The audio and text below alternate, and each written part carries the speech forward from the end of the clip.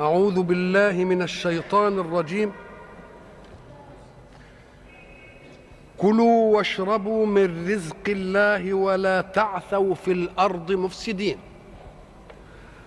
بعد أن قدم أن موسى استسقى ربه لقومه فقبل ربه سقياه، وقال له اضرب بعصاك الحجر فانفجرت منه 12 عينا، وتوجه كل سبط من الأسباط وذريته إلى مشربهم، وضع الحق قضية كان ولا بد أن تذيل بها هذه النعمة، لأن الإنسان حين يكون مضطرا يفقد الثقة بنفسه وبأسبابه، ولكنه لا يسلم نفسه فيلجأ إلى ربه. فإذا ما لجأ إلى الله باضطرار أجاب الله دعاءه، لأنه قد استنفذ كل الأسباب التي أمده الله بها. والإنسان لا يطلب معونة الذات إلا إن استنفذ أسباب الذات المعطاة له. وكثير من الناس كما قلنا يقول دعوت الله فلم يجبني. نقول له الذي يجاب إنما هو دعاء المضطر، وأنت دعوت عن ترف فلم تدع عن حاجة. والحق سبحانه وتعالى حين يستجيب لصاحب الضر فيكشف عنه ضره ويستغني بما أعطاه الله، يعود إليه طغيانه الذي قصه الله عنه: كلا إن الإنسان ليطغى أن رآه استغنى. وبعد ذلك حينما تأتيه النعمة يذكر نفسه ولا يذكر ربه، ويقول أوتيته على علم. فيريد الله أن ينبه بعد حادثة الاضطرار إلى طلب السقيا، يستغل هذا الاضطرار، يعني في حموة الاضطرار يقول كلوا واشربوا من ايه؟ من رزق الله، ولا تجيبوا على هذا بأن تعثوا في الأرض مفسدين. إذن فكأنه استغل امتداد حاجة الضعف البشري ولقنه الحكمة التي تدفع عنه غروره بنفسه حين يستغني. لقد كان لسبأ في اليمن، لقد كان لسبأ في مسكنهم آية، جنتان عن يمين وشمال، كلوا من رزق ربكم واشكروا له بلدة طيبة ورب غفور. فأعرضوا عن ماذا؟ الأعرضوا عن الأكل؟ لا، هم كلوا، بس كلوا مش على أنه من رزق ربكم، على أنه من شطارة وبنين السد.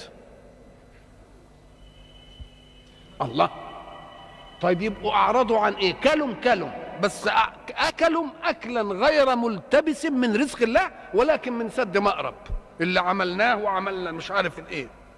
وأعرضوا عن شكر الله، فبماذا أجابهم الله؟ فأعرضوا فأرسلنا عليهم سيل العرم.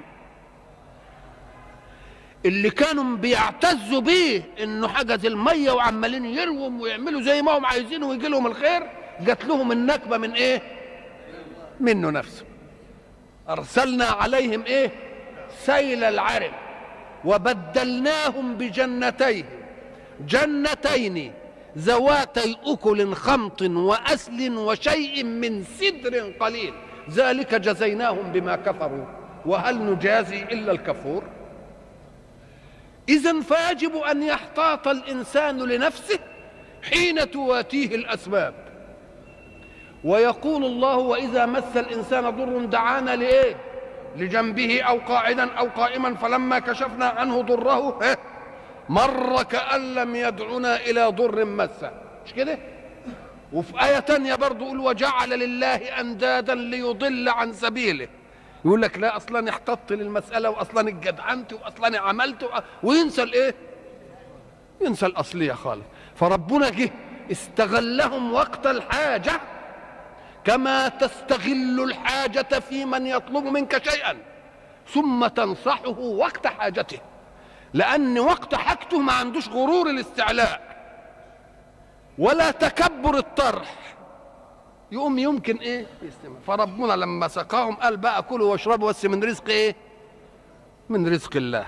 اياكم ان تقولوا ده من عندنا، ده حتى جالكم عن غير بالك لو جه مطر يمكن قالوا ده صدفت والمطر نزل، لان المطر ينزل عاده، مش كده ولا لا؟ اما جبالهم من حجر عشان يبقى ما فيش كلام يعني ايه، ما فيش احتيال للطغيان. ولا تعثوا في الارض مفسدين. تعثوا في الارض مفسدين، عسى يعني افسد، وفساد فساد شنيع. طيب لا تعثوا في الارض مفسدين، القد ده جاي ليه؟ طب ما هو ما دام يعثوا يبقى فساد ولا لا؟ قال لك لا، لان هناك امور قد تجري وفي ظاهرها الفساد، هي فساد في الظاهر، انما نظرا لما يكون من ورائها من الاصلاح يبقى هو عسى صحيح في ظاهر الامر انه ايه، ولكنه لم يكن مفسدا بل كان ايه؟ مصلحا.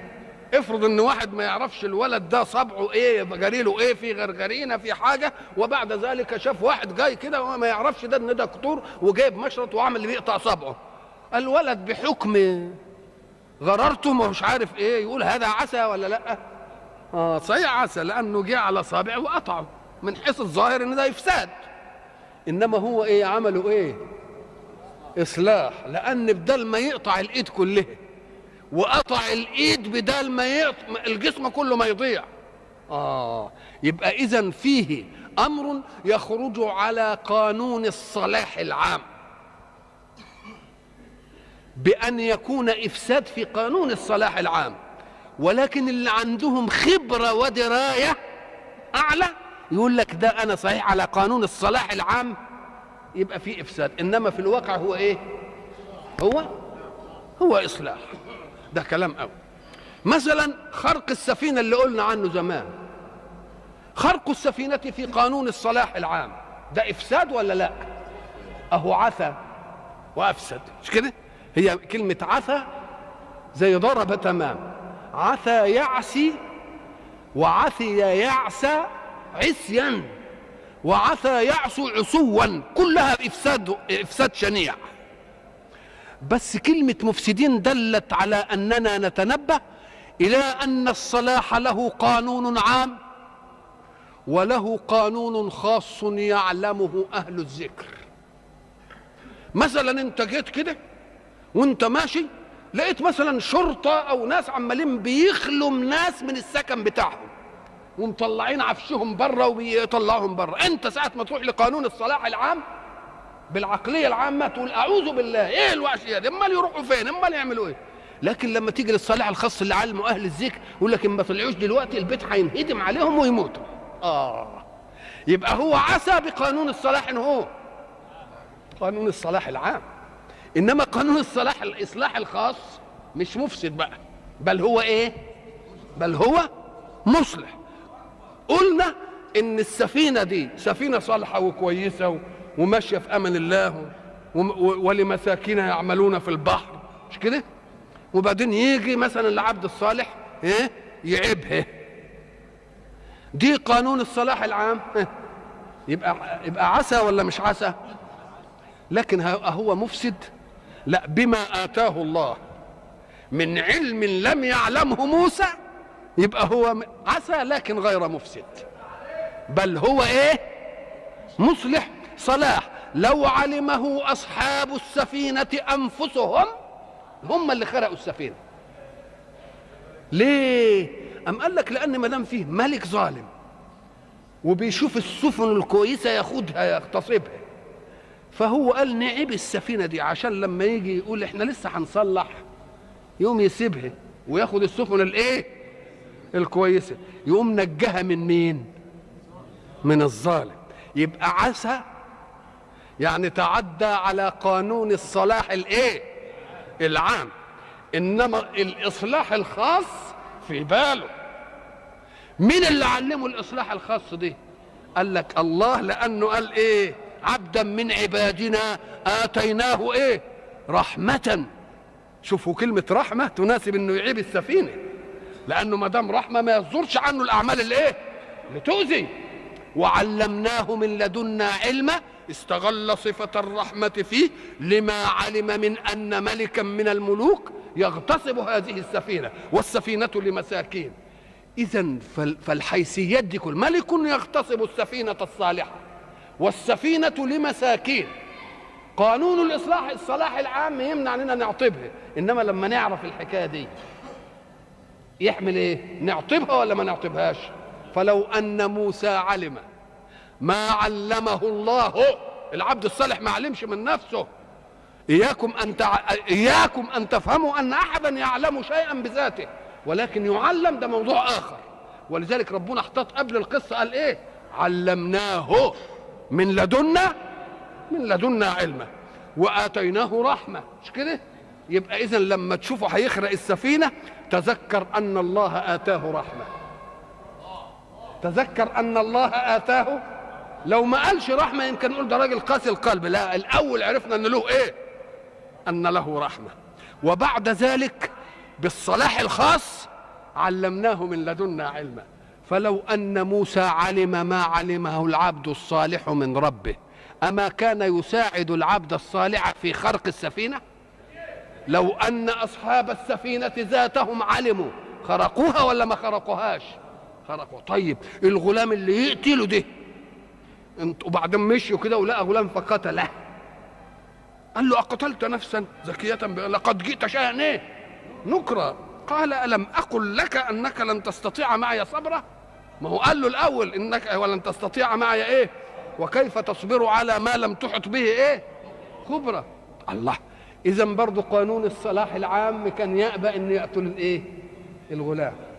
إنما القانون الأعلى الذي علمه له الله هو أفسد، إنما مش عسى، إنما مش إيه؟ ما كانش يريد إيه؟ الإفساد. ليه؟ قال لك لأن ده الغلام هيجي بقى بعدين يعلمه. أما السفينة فكانت ليه؟ لمساكين يعملون في البحر فأردت إيه؟ وكان وراءهم ملك يأخذ كل سفينة إيه؟ غصبة. أهي كل سفينة دي، كلمة كل دي عموم.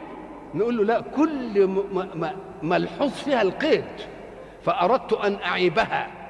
يبقى كل سفينة غير معيبة، وإلا لو كان كل سفينة يبقى معيبة ولا غير معيبة ياخدها. يبقى يأخذ كل سفينة ايه؟ صالحة بقى، يأخذ كل، يبقى كل دي اوعى تدخل فيها اي سفينة، لا، اي سفينة ما فيهاش العيب، مش كده ولا؟ والا تنجى ازاي؟ طب واما الغلام اللي قتله فكان ابواه مؤمنين. ما دام ابواه مؤمنين ويمكن الولد ده يورثهم ايه؟ غرور، يمكن يفتنهم في دينه، يمكن عايزين يعيشوه كويس، يمكن يسرقوا له، يمكن مش عارف ايه ينفتنوا بيه. فقال لهم انا هحملكم ايه؟ هحملكم دينكم، والولد ده يروح من سكتكم وهيروح الى الجنه لانه قبل التكليف. مش انتوا كنتوا عايزينه يبقى مبسوط؟ اهو هيبقى مبسوط عندي، وانتم ما تتفتنوش فيه. يبقى قانون الصلاح العام ولا لا؟ لما جه لقى الجدار يريد ايه؟ يريد ان ينقض فاقامه. وهم كانوا استطعموا القريه ولا مش استطعموها؟ اتى على قريه استطعم اهلها. استطعم يعني طلبوا ايه؟ الانسان لما يطلب الطعام دي تبقى غايه الحاجه ولا لا؟ واصل فيه فرق بين ان تطلب ما ينفعك مباشره وبين ان تطلب ما شيئا ياتي لك بما ينفع.